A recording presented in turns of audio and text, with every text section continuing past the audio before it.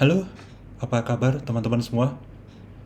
Pada kali ini kita akan membahas backup dan replikasi, terutama untuk database MySQL.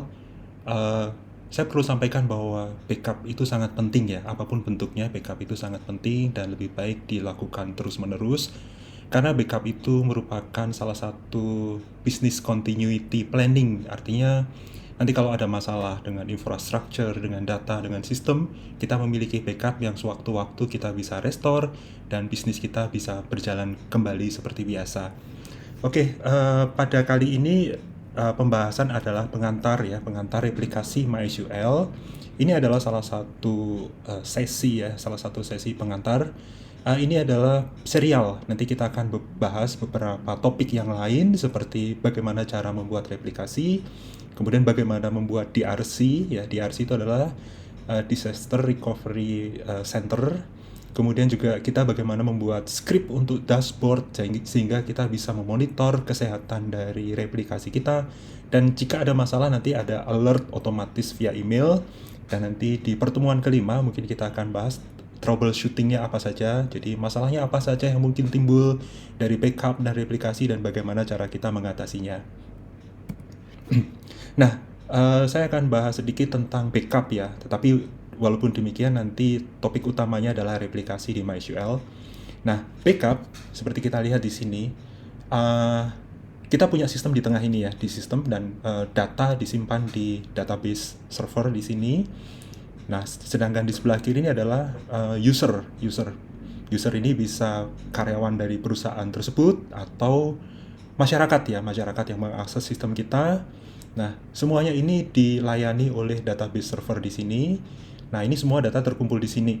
Nah, kita perlu memiliki backup. Artinya kita punya copy dari data tersebut ke media backup di sini ya. Sehingga nanti kalau suatu saat database di tengah ini rusak, kita masih punya backup datanya di media backup di sini. Sehingga sewaktu-waktu jika infrastruktur server di sini rusak, kita bisa restore database dan kemudian bisnis kita tetap bisa berlangsung seperti semula gitu ya. Ini adalah pentingnya backup.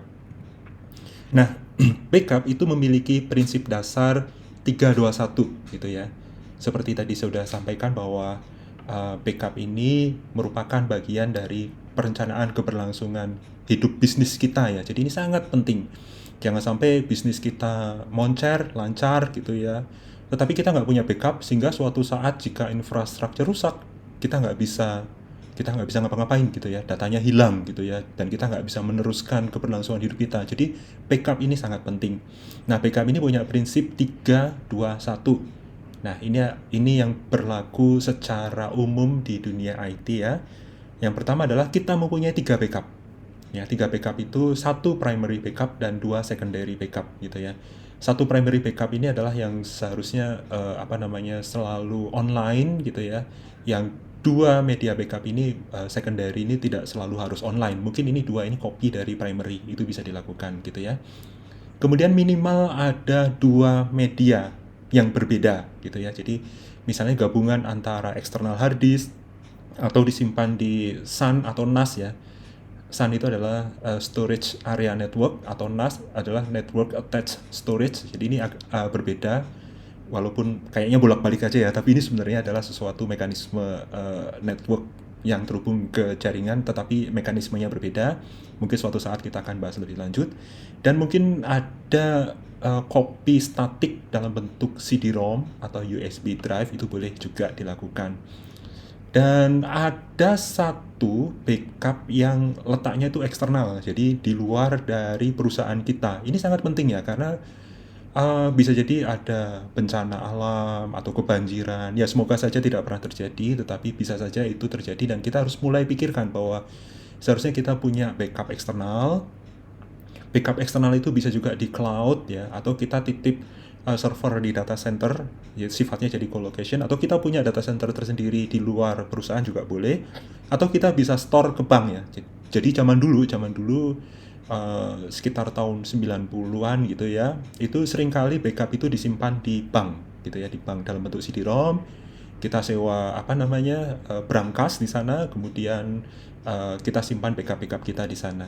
Tetapi kalau sekarang rasanya jaringan internet pun juga sudah oke gitu ya, sudah kecepatannya sudah tinggi, kita bisa saja sewa cloud ya untuk menyimpan data kita di eksternal. Jadi jangan lupa bahwa prinsip backup 3, 2, 1 itu sangat penting karena ini menjamin keberlangsungan di bisnis kita gitu ya. Datanya paling tidak kita bisa simpan dan aman gitu ya. Jadi kalau suatu waktu bisnis kita bermasalah, mungkin ada apa atau apa gitu ya, yang semoga tidak pernah terjadi, kita masih bisa meneruskan bisnis kita gitu ya. Jadi jangan lupa teman-teman harus memiliki backup.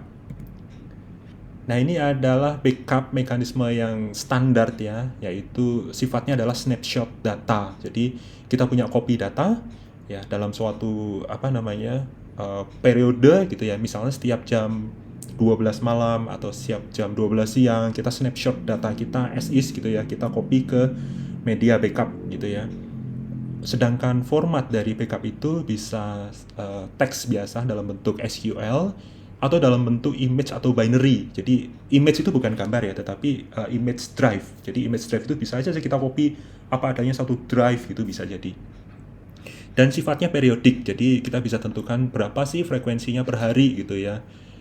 Tentu saja semakin sering semakin bagus ya. Artinya misalnya kita punya backup jam 12 malam aja gitu ya. Satu-satunya itu gitu ya. Tetapi ketika ada masalah sistem rusak, hard disk rusak pada jam 10 siang keesokan harinya, maka kita hanya bisa restore data sampai jam 12 malam tadi gitu ya. Ini makanya pentingnya bahwa dilakukan lebih sering karena supaya nanti kehilangan datanya waktu restore itu lebih sedikit gitu ya.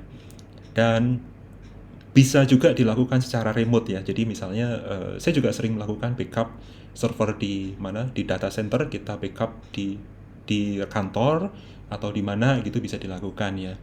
Dan kita bisa lakukan rotary. Rotary itu maksudnya walaupun setiap hari kita punya backup sehari 2 kali gitu ya, tetapi kita rotate. Artinya kalau sudah seminggu dari backup itu kita simpan ke ke media yang terpisah, ke storage terpisah, dan yang ini dihapus supaya menghemat storage yang ada di primary backup.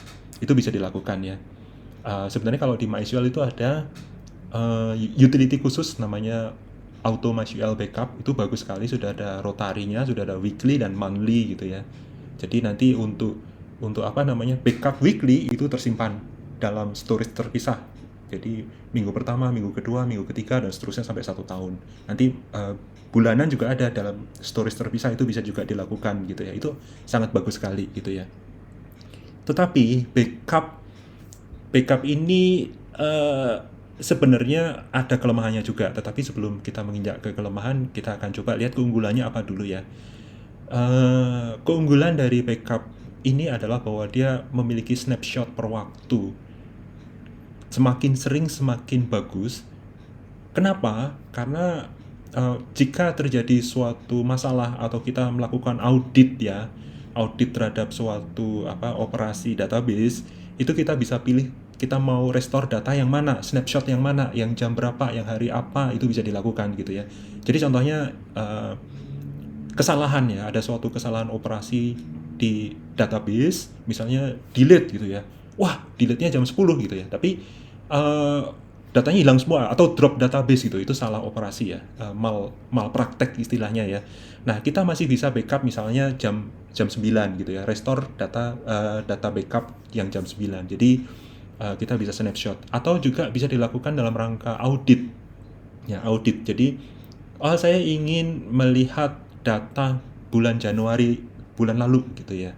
Nah, kita bisa ambil data monthly-nya gitu ya. Jadi backup bulan Januari kita bisa restore di lokal PC kerja kita, dan kita bisa lakukan audit gitu ya. Kita bisa lihat, atau nanti dalam rangka tidak hanya audit tapi juga data forensik itu bisa dilakukan ya. Nanti kita bisa ambil database-nya. Dan keunggulan berikutnya adalah bahwa ini as is snapshot pada waktu itu gitu ya. Jadi pada saat itu datanya seperti itu gitu ya. Setelahnya mungkin ada hapus, ada insert dan sebagainya, tetapi kita sudah melakukan backup data pada saat itu as is seperti adanya pada saat itu. Pada jam 10 ya, itu data jam 10 itu adanya seperti ini. Itu bisa kita lakukan gitu ya. Nah, ini dia kelemahannya. Jadi ini ada beberapa daftar kelemahan dari backup snapshot ini. Contohnya adalah jika database-nya ukuran besar, itu maka melakukan backup-nya itu akan lama gitu ya. Jadi contohnya salah satu rumah sakit kami itu datanya sudah berapa puluh giga gitu ya, hampir 80 giga gitu. Maka untuk membackup-nya itu mungkin butuh waktu sekitar 15 menit gitu ya. Itu eh, karena masih pakai hard disk biasa yang ukurannya besar, maka backup-nya itu lama sekali gitu ya, datanya lama sekali. Nah, ironisnya pada saat backup itu yang membutuhkan waktu lama itu kadang-kadang database-nya itu nge-lock, mengunci supaya betul-betul yang di backup adalah snapshot data saat itu juga. Tidak boleh ada intervensi perubahan data di situ. Nah, ini bermasalah ya, terutama jika aplikasi kita dituntut untuk bekerja 24 jam sehari, 24 kali 7 itu bermasalah karena walaupun mungkin kita backup jam 12 malam gitu ya, tetapi karena aplikasi kita global, aplikasi untuk seluruh dunia, jam 12 malam di sini tuh mungkin di sana baru jam 12 siang gitu ya. Di belahan bumi sebelah sana jam 12 siang dan mereka aktif melakukan transaksi. Ya, padahal ini database-nya nge-lock gitu ya. Ini problem. Kemudian eh, jika ukurannya besar, ini akan terjadi penumpukan file backup ya. Walaupun nanti kita perlu ada rotary dan kita bisa apa namanya, kita simpan ke media terpisah gitu ya setelah suatu periode tertentu, misalnya mingguan atau bulanan, itu bisa juga dilakukan. Tetapi ini jadi banyak sekali file yang harus kita simpan ya. Jadi contohnya tadi database-nya sudah sampai 80 giga walaupun nanti dikompres menjadi 40 giga, tetapi 40 giga itu sendiri kalau 10 hari juga udah 400 giga gitu ya. Bayangin aja gitu ya, 400 giga seminggu gitu ya, itu harddisk 512 giga aja sudah hampir habis ya. 1 tera itu mungkin akan habis dalam waktu 2 minggu gitu ya, sebulan itu mungkin. Makanya perlu adanya rotary di mana backup-backup yang sudah lewat masanya bisa dipindahkan ke media yang lebih statik, contohnya mungkin CD-ROM atau apa, atau tape backup itu bisa dilakukan. Jadi primary backup-nya akan bisa digunakan lagi untuk backup selanjutnya. Kemudian problem yang kedua adalah tidak real time karena backup ini dilakukan secara periodik gitu ya. Jadi contohnya kalau kita backupnya sehari hanya 2 kali, jam 12 siang dan 12 malam gitu ya. Tetapi kemudian ada masalah jam 10 pagi, maka akan hilang data dari jam 12 malam sampai jam 10 pagi gitu ya. Ini problem gitu ya. Karena perubahan yang dilakukan setelah backup itu belum terbackup selanjutnya. Itu adalah problem. Kemudian contohnya tadi ya, kalau backup itu tadi butuh waktu kurang lebih 15 menit gitu ya. Pada menit ke-10 rusak gitu ya. Entah kenapa rusak, mungkin koneksinya putus, mungkin medianya full dan sebagainya. Maka backup ini nggak bisa lanjut otomatis, tapi harus diulang lagi gitu. Nah, ini uh, membutuhkan waktu lebih lama, tambahan waktu. Dan ini tentu sangat membosankan, menunggunya itu membosankan sekali gitu ya. Kemudian distribusinya itu memang mudah ya. Jadi kalau kita sudah punya backup 40 giga tadi contohnya gitu ya, 40 giga. Nah, ini sangat mudah disalahgunakan. Contohnya misalnya dikirim ke orang lain, ke perusahaan saingan dan sebagainya, itu bisa dilakukan dengan mudah. Bahkan semudah copy and paste gitu ya. Ini berbahaya sekali ya backup ini. Kemudian kelemahan berikutnya adalah jika server database rusak itu diperlukan proses yang agak panjang gitu ya. Jadi kalau tadi sudah backupnya itu sudah dibikin otomatis terkompres, maka kita harus uncompress dulu 40 giga ke 80 giga. Itu butuh waktu kurang lebih beberapa menit lah, 5 menit untuk uncompressnya, belum nanti untuk restore-nya gitu ya. Sorry, pertama kali di copy dulu ya, di copy ke server utama, kemudian di uncompress di sana, kemudian di restore lagi. Ya, itu butuh waktu yang lama. Memang memang sebenarnya proses ini bisa dibikin otomatisasi, tetapi waktu yang dibutuhkan untuk recovery ini sangat lama. Nah, dari beberapa kelemahan ini sebenarnya ada teknologi backup yang mekanismenya berbeda, yaitu replikasi. Ini adalah gambaran umum replikasi. Contohnya kita punya database server di tengah ini, dan sebelah kiri ini adalah klien-klien, user-usernya dari mana saja. Nah, database server ini contohnya di gambar ini memiliki 2 replikasi. yaitu replikasi lokal yang di atas ini dan replikasi yang remote, ini via internet itu bisa dilakukan ya. Nah, ini adalah gambaran umumnya. Nanti mungkin teman-teman bertanya-tanya, ini lewat internet bisa, backup itu kan besar sekali filenya dan sebagainya. Nah, inilah nanti akan coba saya jabarkan mengapa replikasi ini lebih unggul daripada backup konvensional yang snapshot data itu seperti apa. Mari kita lihat. Nah, prinsip dasar dari replikasi ini adalah bahwa dia backupnya berlangsung secara real time dan continuous. Ya, continuous. Jadi walaupun ini real time dan continuous, tapi sebenarnya kita bisa mengatur setup ada delay-nya berapa waktu, jedanya ada berapa waktu, itu bisa dilakukan sih. Tetapi secara prinsip bahwa kita bisa membuat suatu backup yang real time. Nah, real time ini di sini sebenarnya yang di backup itu adalah perubahannya gitu ya. Jadi contohnya ada perubahan hapus data atau insert data. Nah, insert dan hapus itu atau update data itu itulah yang ditransmisikan ke replikasi. Jadi tidak seluruh data dari awal sampai akhir itu nggak perlu gitu ya. Tetapi cukup perubahannya yang dikirim. Karena perubahannya yang dikirim, maka transmisi datanya ini lebih ringkas ya. Karena paling ukurannya berapa kilobyte, walaupun kita bisa setup nanti untuk lognya ya, atau perubahannya itu sampai berapa mega dan sebagainya, itu bisa dilakukan gitu ya. Semakin kecil tentu akan semakin real time gitu ya, tetapi semakin kecil belum tentu lebih baik sih, karena komen yang di backup itu mungkin lebih besar daripada kilobyte, itu bisa dilakukan juga, bisa terjadi juga ya. Jadi kita nanti bisa tweak atau kita setup atau kita akalin bagaimana yang lebih efisien. Nah, ini lebih efisien ya, karena tadi seperti sudah disampaikan bahwa yang dikirim datanya itu perubahannya saja, tidak seluruhnya. Nah, ini artinya cocok ya kalau misalnya kita mau melakukan replikasi itu secara remote. Jadi tidak di dalam rumah sakit atau tidak dalam perusahaan kita, tetapi di luar. Bisa sewa cloud, bisa kita co-location atau kita titip di data center atau bahkan punya data center sendiri gitu ya. Ini akan lebih efisien karena yang dikirim itu hanya perubahannya saja gitu ya. Jadi begitu ada transaksi, perubahan ini langsung dikirim ke replikasi. Jadi mesin-mesin replikasi itu secara otomatis akan update perubahannya gitu ya. Nah, dari keunggulan ini sebenarnya kita nanti bisa bikin konfigurasi atau skenario tertentu. Contohnya kita mau skenario failover ya. Failover itu seperti tadi kalau kita lihat di sini. Ini database server ini jika dia bermasalah, down, error, mesinnya rusak. Kalau ada replikasi lokal di sini, ini bisa langsung kita promote ya. Kita promote menjadi server utama. Jadi ini peran di sini akan langsung digantikan oleh replikasi lokal itu secara cepat.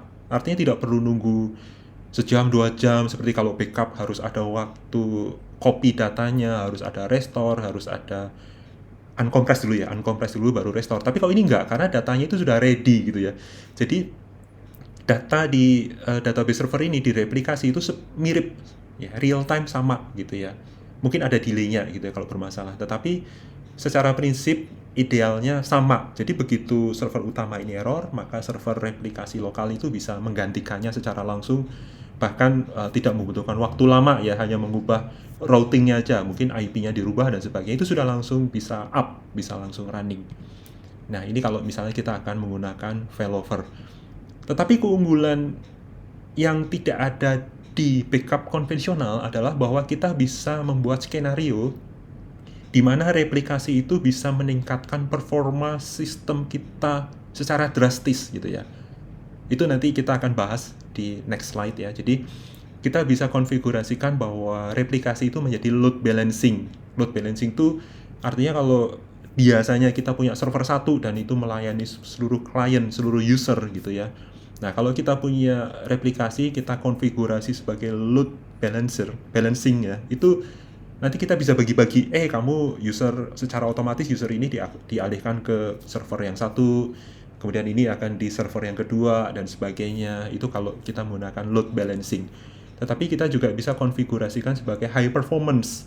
Nah, ini nanti ada tersendiri mekanismenya. Nanti kita bagi-bagi tugasnya. Misalnya untuk operasi menulis database, write database itu di server yang ini. Tapi untuk membaca di server yang itu. Kemudian untuk mengenerate report di server yang berbeda lagi gitu ya. Jadi tidak saling mengganggu gitu ya. Karena kalau kita tahu bahwa bahwa menulis data itu mungkin akan lebih lama daripada waktu operasi membaca data. Tetapi membaca data itu kadang-kadang sifatnya masif ya, membaca data sekaligus 1 bulan, 2 bulan, atau quarterly gitu ya, atau semesteran langsung diambil data 6 bulan gitu ya, atau 1 tahun gitu ya. Itu begitu operasi itu dijalankan, membaca itu, maka akan mengganggu user lain yang ingin menulis data gitu ya. Jadi karena storage itu kan sifatnya serial. Nah itu pada saat kita membaca 1 tahun gitu, itu mengganggu operasi atau transaksi di lapangan gitu ya. Makanya dengan adanya replikasi ini kita bisa pisah-pisahkan tuh, misalnya untuk mencari data atau melihat data, atau misalnya ada operasi yang menarik data sampai setahun gitu, itu dialihkan ke server replikasi yang lain gitu ya. Jadi tidak mengganggu transaksi yang ada di server utama gitu ya.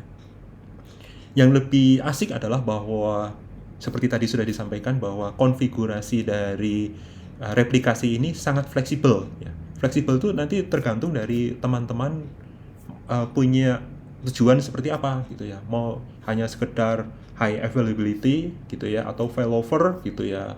Ya seperti ini contohnya. Tetapi kalau misalnya ingin load balancing dan high performance yang tinggi gitu ya, maka bisa seperti itu, atau digabungkan. Nah ini adalah yang membuat ini fleksibel gitu ya. Ini membuat fleksibel sehingga bisa tercapai baik high availability-nya atau failover-nya maupun load balancing atau high performance, itu semuanya bisa dilakukan sekaligus ya. Tetapi tentu juga ada investasi yang lebih besar gitu ya.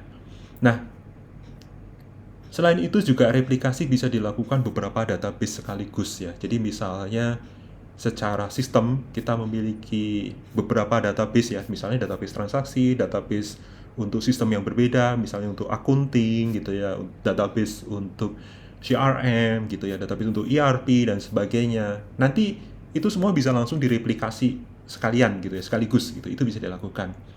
Tetapi yang lebih keren adalah bahwa kita nanti bisa membuat replikasi itu multi-source atau multi-channel ya. Ini contohnya kalau kita akan membuat DRC. Nah, nanti bagaimana akan dijelaskan di next slide ya. Nah, ini adalah contoh untuk replikasi yang normal. Normal itu seperti apa? Yaitu seperti contohnya di sini kita punya server production ya, di perusahaan kita transaksinya semua ada di server production ini.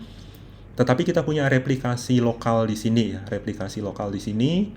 Nah, ini sifatnya adalah ready to promote. Artinya kalau server production ini bermasalah, rusak, listrik mati, hard disk error, atau SSD error gitu ya, bahkan servernya rusak sekaligus, korslet atau apa memang karena sudah usia, maka replikasi ini bisa langsung dipromot menjadi server production dalam waktu yang sesingkat-singkatnya gitu ya.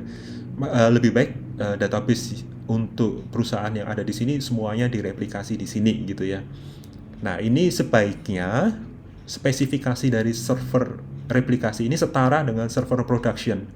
Artinya kalau nanti ada bermasalah, ini sudah langsung siap tanpa ada perubahan performa. Jadi performa dari sistem kita tidak akan berubah selama mesin replikasi ini setara gitu ya. Tetapi jangan dilupakan bahwa backup itu tetap penting ya teman-teman ya. Backup itu tetap penting. Jadi walaupun replikasi ini secara secara di atas kertas itu lebih unggul daripada backup, dan sebenarnya bisa langsung menggantikan keseluruhan dari mekanisme backup normal, tetapi kita sebaiknya tetap melakukan backup gitu ya. Ini salah satu contohnya untuk normal replication ya, yaitu master slave gitu ya, master slave. Ini topologinya master slave. Nanti ada master ada dan lain-lain atau kombinasi gitu ya. Kemudian ini contohnya skenario kedua adalah multi slave. Jadi ini master tetapi kita punya beberapa slave ya. Slave-nya itu replikasinya di sini, baik replikasi lokal yang ready to promote tadi, baik replikasi yang ada di lokasi terpisah gitu ya, di tempat yang jauh gitu ya, contohnya di data center atau kita sewa cloud hanya untuk membackup, itu bisa dilakukan gitu ya. Kalau di backup itu kadang-kadang kita punya istilah hot backup dan cold backup. Hot backup itu adalah betul-betul yang real time ya. gitu, real time backupnya, dan itu sifatnya bisa langsung ready to promote. Sedangkan kalau cold, nah ini ada yang betul-betul di tempat terpisah gitu ya. Memang nanti untuk mengaktifkan menjadi apa namanya, sistem yang ready digunakan gitu, siap digunakan, itu mungkin membutuhkan waktu. Jadi contohnya begini, contohnya di sini punya replikasi lokal gitu ya, di dalam gedung perusahaan kita gitu ya. Tetapi kalau gedung itu tiba-tiba bermasalah, misalnya koneksi internetnya putus, atau kebanjiran, atau korslet, atau listrik padam dan sebagainya gitu ya. Ya ini database production maupun database replikasi lokal ini mungkin mati gitu ya, tidak bisa diakses oleh klien di sini. Nah ini pentingnya ada cold replication ya. Jadi tidak cold backup tapi cold replication yang sifatnya lokasinya ada di tempat terpisah dengan internet yang berbeda gitu ya, koneksi berbeda. Maka ini replikasi remote ini sudah bisa langsung digunakan atau diakses oleh user atau klien gitu ya. Jadi ini penting sekali. Nah, ini contohnya untuk replikasi yang bisa kita buat menjadi load balancing ya, atau failover, atau apa namanya, kita ingin performa tinggi ya. Ini kita bisa menggunakan replikasi master. Ya, ini dia. Jadi kita punya database production 2. Tidak hanya 2 sebenarnya, mungkin ada beberapa. Ini juga bisa nanti dibikin clustering ya. Jadi ini salah satu prinsipnya seperti ini. Jadi kita punya 2 database server. Ini yang saling mereplikasi. Jadi A, kalau ada transaksi di A, maka akan direplikasi di B. Dan kalau di B ada transaksi, maka akan direplikasi juga di A gitu ya. Jadi user itu nanti kalau kita menggunakan prinsip load balancing itu bisa diarahkan secara otomatis. Oh, nanti user yang ada di region 1 itu akan mengakses server database A. Sedangkan klien yang ada di region 2 itu bisa mengakses di replikasi B gitu ya. Ini penting sekali, tidak hanya karena load balancing dan failover, tetapi kalau aplikasi kita tuh sudah mendunia gitu ya, mendunia. Kalau misalnya saya punya server hanya satu ada di Indonesia, maka user atau klien yang ada di Amerika mungkin untuk mengakses datanya itu harus traveling dulu kemana-mana gitu ya, baru sampai ke Indonesia. Walaupun ya memang cepat sih, sebenarnya cepat ya, jauh lebih cepat daripada kalau kita traveling langsung dari Amerika ke Indonesia. Data itu lebih cepat sekali, tetapi tentu ada delay-nya. Jadi kalau misalnya saya mengakses aplikasi itu di Indonesia, mungkin lebih cepat ya, aplikasi akan responsif. Tetapi begitu saya tiba-tiba harus ke Amerika, saya mengakses aplikasi saya, waduh, nge-lag gitu ya, nge-lag sekali. Maka user experience itu menjadi buruk karena tidak seragam user experience-nya, baik saya di Indonesia maupun di luar sana, di luar negeri gitu ya. Ini akan problem gitu ya. Mungkin user-user yang ada di Indonesia akan, oh aplikasinya cepat kok. Tetapi begitu user yang ada di luar negeri mengakses, wah aplikasinya apa ini, lambat sekali, hanya untuk mencari data aja sampai 1 jam gitu ya. Itu bisa saja terjadi gitu ya. Maka kita bisa membuat server database yang terpisah. Satu ada di Indonesia misalnya, yang kedua ada di Amerika misalnya, yang ketiga ada di Jepang, dan seterusnya. Dan itu saling mereplikasi sehingga perubahannya itu akan selalu reflect ya. Apa yang terjadi di perubahan di sini itu akan bisa dilihat juga ada di sana, dan user memiliki user experience yang lebih baik karena user itu akan otomatis mengakses database server yang terdekat dengan dia gitu ya. Nah, ini sebenarnya prinsip dari CDN. CDN itu adalah Content Delivery Network ya. Jadi kalau kita mengakses sesuatu, maka itu akan diambil dari server yang terdekat dengan kita. Nah, ini bisa dilakukan secara otomatis ya, secara otomatis. Jadi user experience-nya itu akan seragam semua dimanapun gitu ya, selama koneksinya setara itu akan memiliki user experience yang sama.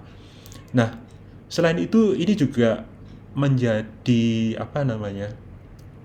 performanya akan menjadi tinggi karena akan load balancing ya. Load balancing itu karena user di sini akan mengakses ke sini saja gitu. Ini tidak akan mengganggu server yang kedua, di mana server kedua itu bagiannya klien atau user-user yang ada di region 2. Jadi seberapa banyak pun user yang ada di region 1, maka ini tidak akan mengganggu dari akses yang di server region 2 gitu ya. Dan ini sebenarnya juga failover.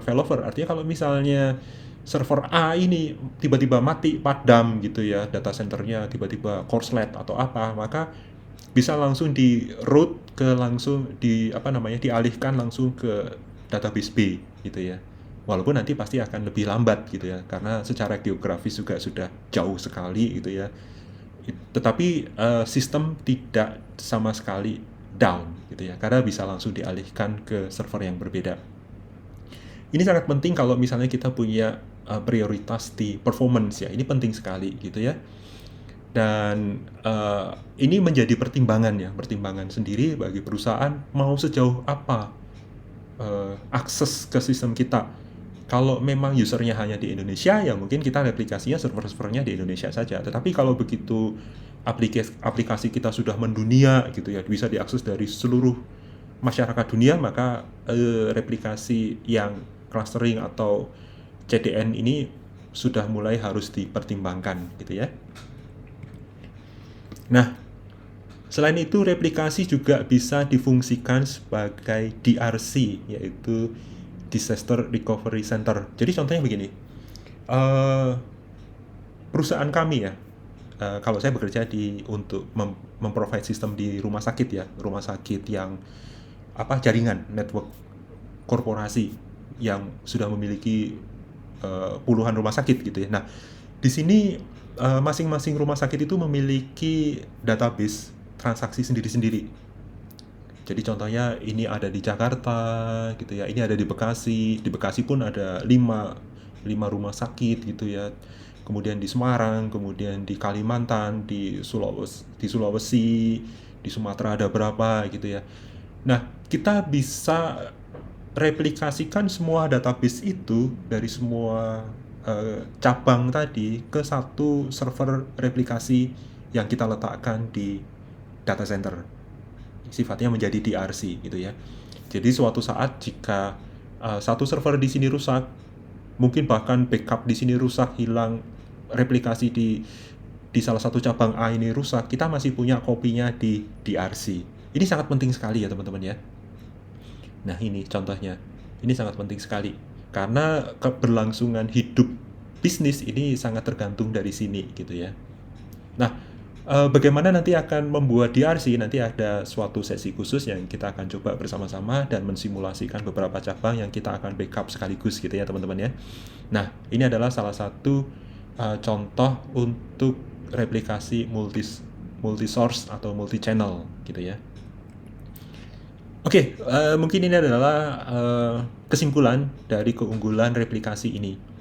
Jadi replikasi ini sebenarnya adalah suatu mekanisme backup yang berbeda dan sifatnya real time. Jadi segala perubahan yang terjadi di suatu server itu akan selalu reflect langsung ke replikasinya dan sifatnya continuous ya. Jadi sepanjang waktu perubahan itu akan selalu otomatis terbackup gitu ya. Nah, ini perlu diperhatikan nanti juga waktu sesi terpisah yaitu troubleshooting, itu bagaimana kita harus memastikan bahwa replikasi kita itu sehat, berjalan dengan baik dan selalu continuous, tidak putus, tidak bermasalah, tidak drop dan sebagainya. Nah, itu salah satu nanti adalah sesi khusus untuk troubleshootingnya. Nah, replikasi ini juga bisa dikonfigurasi secara fleksibel ya. Jadi ini sangat berbeda dengan backup biasa. Kita bisa bikin konfigurasinya secara fleksibel, kita bisa pilih skenarionya, misalnya kita ingin tujuannya adalah untuk high availability gitu ya, atau failover gitu ya, atau kita mau mengedepankan performance, jadi kita mau supaya aplikasi kita tuh cepat gitu ya, itu bisa dilakukan juga. Atau juga bisa kita dengan load balancing, atau kita gabungkan ya, kita mix baik untuk high availability dan failover maupun high performance atau load balancing, itu bisa dilakukan. Jadi kalau ini saya pisahkan ya contohnya di sini. Jadi sebenarnya ini bisa dikonfigurasikan sebagai high availability atau memang kita failover, itu bisa opsi. Nanti tergantung dari, sebenarnya ini lebih tergantung dari spesifikasi server replikasi yang kita gunakan aja sih. Jadi kalau failover ini server replikasinya harus setara. Kalau high availability nanti kita bisa berbeda spesifikasinya. Demikian juga dengan high performance dan load balancing, ini nanti skenario-nya juga mungkin berbeda gitu ya. High performance itu betul-betul kita pisahkan operasinya, operasi menulis di situ, operasi membaca di sana gitu ya, atau tarik report di situ gitu ya. Load balancing membagi user secara cluster gitu. Oh ini akses ke sini, user di sana akses di situ. Nah itu contohnya. Bisa juga mix gitu ya.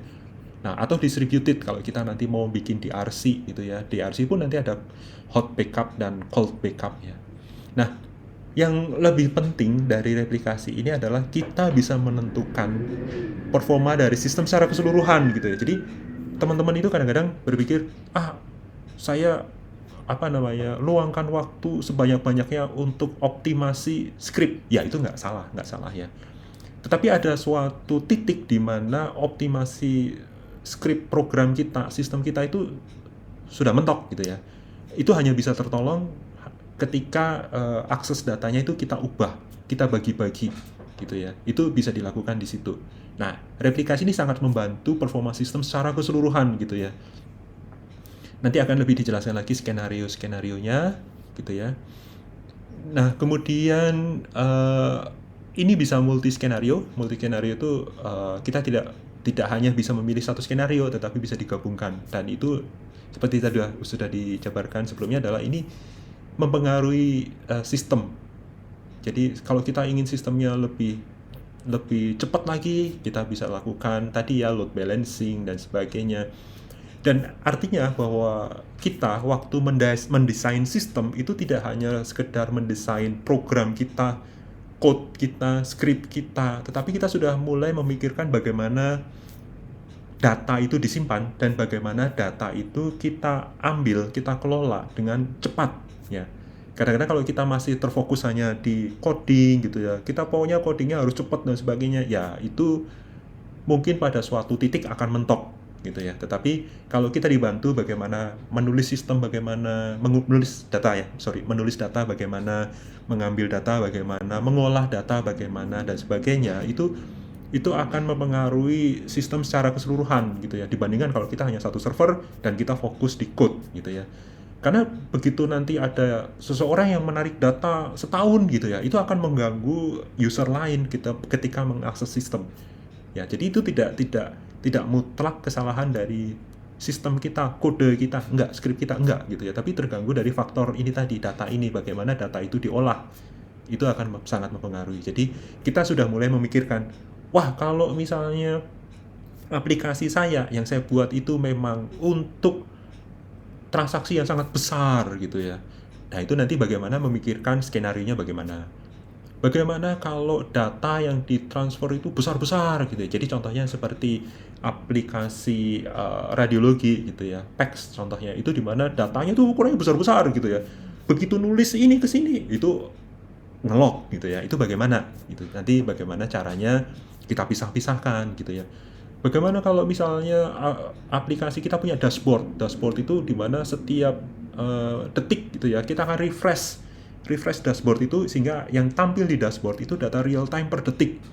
Ya, ini jangan ngambil dari database transaksi, jangan ngambil dari database production, jangan gitu ya. Tapi harus kita siapkan database replikasi khusus untuk dashboard itu sehingga tidak akan mengganggu transaksi yang ada di database production. Nah, ada salah satu yang menarik juga adalah bahwa kita bisa melakukan replikasi itu ke memori DB gitu ya. Mengapa harus ke memori DB? Karena memori sifatnya itu jauh lebih cepat dari storage. Baik storage hard disk yang konvensional maupun yang SSD. Memori itu jauh lebih cepat gitu ya, jauh lebih cepat. Makanya kalau misalnya kita replikasi ke memDB yang sifatnya read only, maka ketika kita mencari data, misalnya mencari data pasien gitu, itu akan sangat cepat gitu ya. Dibandingkan kalau kita mencari data, kita ngambil datanya itu dari storage baik hard disk maupun SSD. Karena memori itu sifatnya lebih cepat sekali.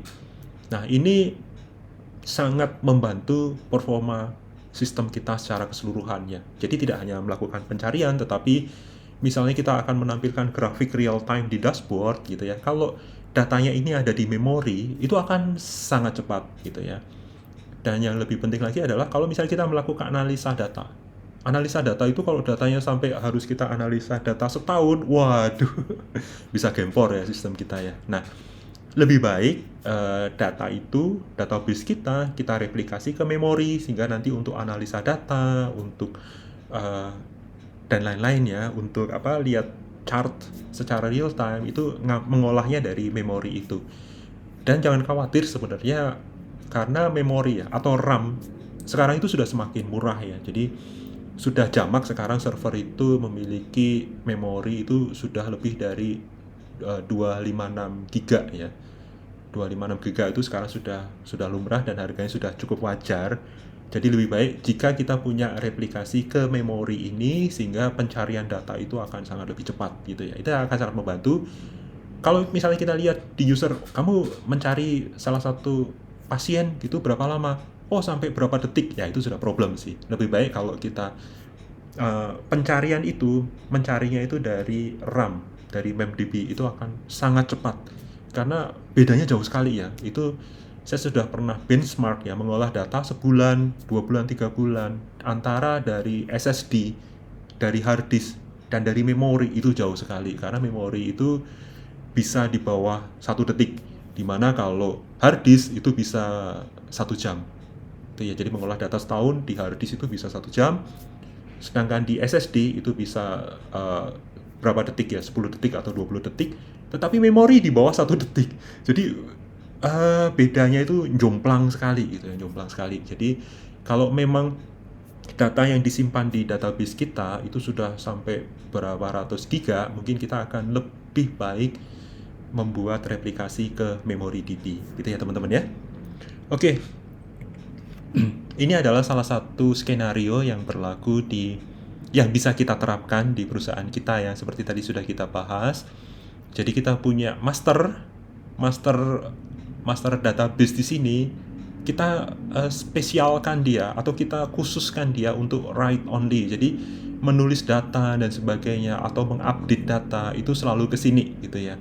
Tetapi kita punya replikasi yang digunakan untuk melihat data, mencari data. Ini sifatnya read only. Jadi kita tidak menulis data di slave, di replikasi slave 1 ini gitu ya. Contohnya mencari pasien dan sebagainya gitu, itu bisa dilakukan di sini gitu ya.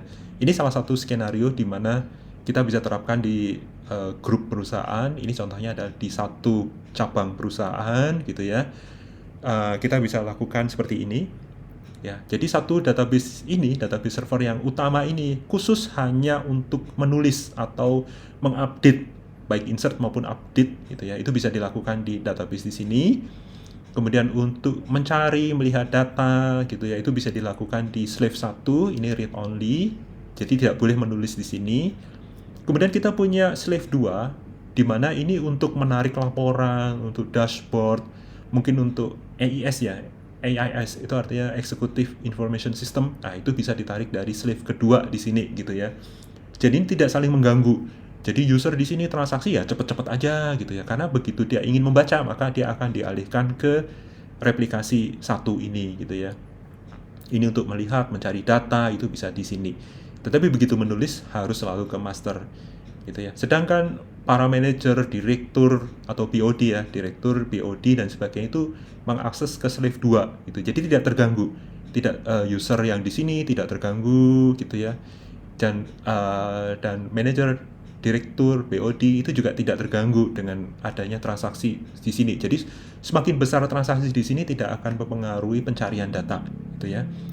Semakin besar pencarian data di sini tidak mempengaruhi penulisan data gitu ya, karena penulisan data itu pada prinsipnya akan lebih lama daripada waktu kita mencari data, dan padahal ini kritikal ya, menulis data itu kritikal sekali gitu, jangan sampai terputus, jangan sampai time out gitu ya. Nah ini salah satu skenarionya, dan BOD di sini ini nggak peduli gitu ya, oh di sini di rumah sakit A ini transaksinya banyak sekali gitu ya, klien atau usernya sampai 500 orang, 500 PC, tapi tidak terganggu karena dia menarik laporannya dari slave kedua. Tetapi jangan lupakan bahwa nanti kita harus konfigurasikan DRC. DRC ini mereplikasi di sini. Sebenarnya replikasi di sini itu tidak harus selalu dari master di sini ya. replikasi ini bisa diambil saja mungkin dari slave 2, di sini juga boleh gitu ya. Tetapi ini saya gambarkan langsung ke master supaya perubahannya real time ya. Kadang-kadang kalau misalnya kita ambil dari sini itu bisa bisa ada delay. Jadi kalau tadi saya gambarkan konfigurasinya hanya sedikit ya, contohnya master slave, kemudian master slave-nya banyak gitu ya. Tetapi sebenarnya bisa juga master slave punya slave lagi gitu ya. Jadi contohnya di sini bisa saja slave kedua ini menjadi master bagi DRC, itu juga bisa dilakukan. Jadi rantainya lebih panjang, walaupun mungkin secara secara real time itu mungkin ada jedanya gitu ya. Tetapi itu cukup membantu, cukup membantu. Tetapi idealnya seperti ini ya. Jadi slave itu langsung ke masternya. Walaupun sebenarnya slave di sini bisa mengambil dari slave yang lain, itu juga bisa dilakukan gitu ya. Oke teman-teman, mungkin untuk sesi ini saya recap bahwa sesi ini adalah pengantar dulu ya teman-teman ya. Artinya kalau teman-teman merasa bahwa sesi ini bermanfaat, jangan lupa kasih komentar di bawah ya teman-teman. Kasih komentar, oh saya ingin next, bagaimana sih cara membuat replikasi gitu ya. Nanti pada sesi kedua bagaimana cara membuat replikasi ini, nanti kita akan jabarkan bagaimana nih replikasinya, konfigurasinya seperti apa.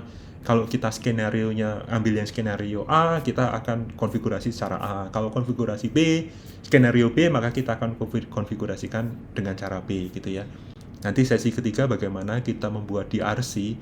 Sebenarnya membuat DRC ini tidak berbeda dengan cara kita membuat basic replikasi, tetapi sebaiknya waktu membuat DRC ini kita akan sedikit otomatisasi gitu ya, atau konfigurasinya agak sedikit berbeda, di mana nanti setiap backup yang dilakukan itu sudah mengandung informasi posisi binary lognya dan posisi replikasinya, sehingga kita bisa restore anytime, dan itu nanti replikasi di DRC itu bisa berlangsung atau berjalan secara otomatis pada posisi itu gitu ya.